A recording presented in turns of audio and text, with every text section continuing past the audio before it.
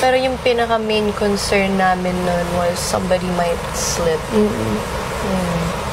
They feel like walang respeto si Charlie.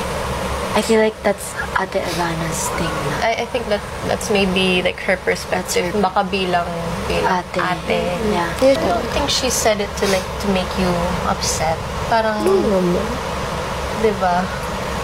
You're just our bunso. That's why she's so concerned about It's you. not want to disrespect her. No. If you want, talk to Ate Clang. You're fine. I love you, Charlie. Oh. At 16, I was worse. Trust me. Girl, same. Iyak mo lang. Ilabas mo lahat. And when you... Maganda naman mata ko. It's okay. I don't like mata ko. It's okay. She was like saying na kanina para mag-usap tayo. And I was like trying to ask, ano yan?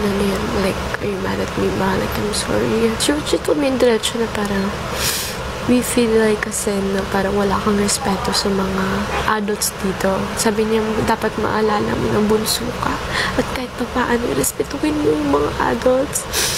Medyo nasaktan ako kasi, syempre, like, bunso, pero what do you expect? Didn't daw give time for any of the adults to speak. Kaya nahihirapan ako. But like, I really didn't understand, like, where.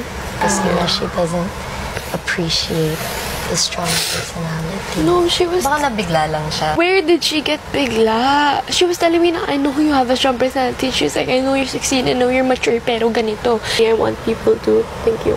I want people to know that like, I'm a bit more mature now. And like, I want to make right decisions. Even ako sa labas, like, I have, my friends are also like around 25 also, and 22. And parang mas leader din ako sa kanila. It really just depends on the personality. Talk to Ate Clang, talk to the people that she mentioned, just to know if they're also feeling that way. If they are, apologize. If they're not, still apologize. Ate Ivana told me nga na parang hindi ka nag-respeto sa mga adults. Ganun agad. And knowing I'm the bunso, and I'm 16, not adult na, 18. Pero I didn't know where I went wrong with initiating. And where did I like disrespect? Kasi, ba't ka nag-hold back? Bakit ako ma-judge? Binuo kong pangalan. Alam mo, nag-overthink ka lang. Sa totoo lang, ikaw, tsaka si Ate Ivana, parang as near na si Ivana, parang mahal na kayo ng tao. Kahit feeling ko kahit nag-attitude ka or what. Hindi, Feeling ko mamahalin ka ng mga tao. Pag may nagawa kang mali, mas better na lang na nakikita nila ako as ganun.